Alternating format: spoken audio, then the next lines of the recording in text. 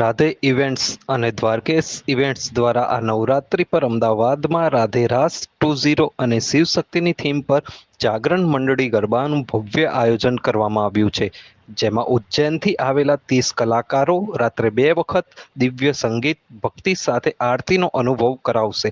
અમદાવાદમાં પ્રથમવાર પ્રેમ, આનંદ અને આધ્યાત્મિક ઉર્જાના સંગમ સાથે દરેક ઢોલના તાલે રાધાકૃષ્ણના પવિત્ર પ્રેમની શાશ્વત રાસલીલા ફરીથી જીવી ઉઠશે.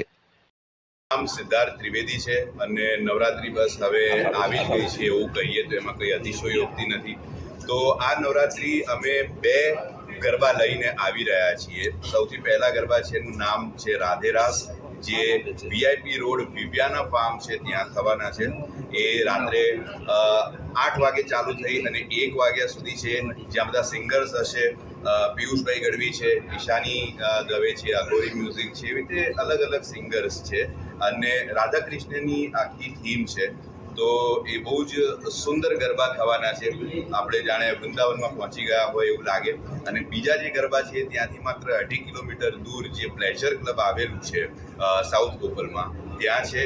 એ મંડળી સ્ટાઇલ ગરબા છે.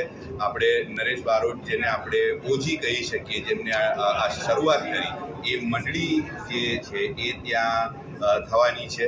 નામ એનું જાગરણ છે અને શિવ અને શક્તિની થીમ ઉપર એ ગરબા છે. તમે ગ્રાઉન્ડના કોઈ પણ ભાગમાં ઊભા રહી જશો તો મહાદેવ અને માતાજી બંનેનો સાક્ષાત્કાર થતો હોય એવી તમને અનુભૂતિ થશે.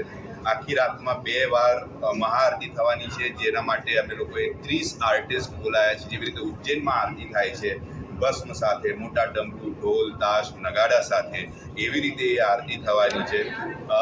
અમારા ત્યાં પણ એક પેટ ડોગ છે, તો અમને ઘણીવાર નવરાત્રિમાં બહાર જવું હોય તો બહુ કાઠું પડે છે અને મૂકીને જવું. તો એવા લોકો માટે પણ અમે વ્યવસ્થા કરેલ છે. પેટ ફ્રેન્ડલી નવરાત્રી છે. એક અલગ ઝોન એમના માટે બનાવવામાં આવ્યો છે, જે એમના કેરટેકરથી લઈ અને એમના હાઇડ્રેશન સુધીની બધી જ વ્યવસ્થા અમે લોકોએ રાખી છે.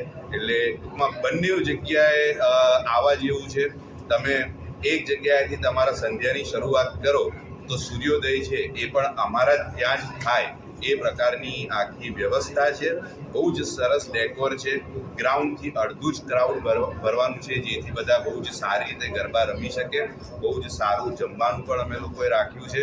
તો બધા જ જે મિત્રો છે, જે મારા દર્શક મિત્રો છે, જે મારા મીડિયાના મિત્રો છે, એમને બહુ ભાવભીનું આમંત્રણ છે કે આ નવરાત્રી રાધે રાસ અને જાગરણ બંનેમાં અચૂકથી આવો. મારું નામ Narayan Gadhvi, founder of Radhe event.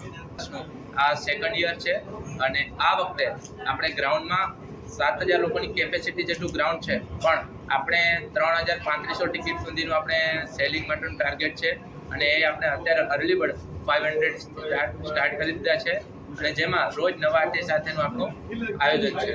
આ વખતે અમારું બંનેનું અમે જે ધ્યાન આપ્યું છે ને એમાં રાધે રાસમાં પણ કે જે ગ્રાઉન્ડ છે એક્ઝેક્ટ એનાથી ક્યાંય 100 મીટર કે 500 મીટર આગળ જઈને પાર્કિંગ કરવાની જરૂર નથી. એક્ઝેક્ટ પાર્ટી પ્લોટની એક્ઝેક્ટ બાજુમાં એનું પાર્કિંગ છે અને એ પાર્કિંગ લિમિટેડ થતા હોય છે જ્યારે આવી કોમર્શિયલ ઇવેન્ટ હોય. તો અમે એની બાજુમાં જે એક્સ્ટ્રા જગ્યાઓ હતી તો 2 એક્સ્ટ્રા પ્લોટ પણ લીધેલા છે કે જેથી કરીને કોઈને પાર્કિંગમાં બિલકુલ તકલીફ ના પડે. સાથે અમારી સિક્યુરિટી ટીમ પણ અમે વધારી છે કે જેથી કરીને બધું આયોજન સુરક્ષા સાથે ચડવાય. 3 વર્ષથી આપણે મેડિકલ ટીમને તો આપણે આપણા આયોજન ઉપર રાખીએ જ છીએ. સાથે આપણે ઇન્સ્યોરન્સ પણ લીધેલું છે અને પ્રોપર સુરક્ષા સાથે બધું કરીએ છીએ. ગ્રાઉન્ડની કેપેસિટી આપણી એક્ઝેક્ટ 6,000 થી 7,000 લોકોની છે. 80,000 સ્ક્વેર ફીટ છે, પણ આપણે એની અંદર 3500 સુધીનો ટાર્ગેટ છે. ખાસ કરીને એક કૃષ્ણ ભગવાનનું જે ગીત મેં લખ્યું છે રાધે રાસ ઉપર, અને એનું ટાઇટલ સોંગ પણ છે, એટલે 2 કડી તમને સંભળાવું.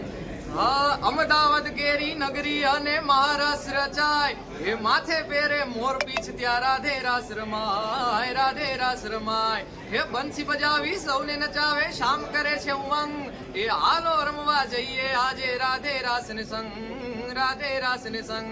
એ સૌનું ખાસ રાધે રાસ, એ સૌનું ખાસ રાધે રાસ, એ સૌનું ખાસ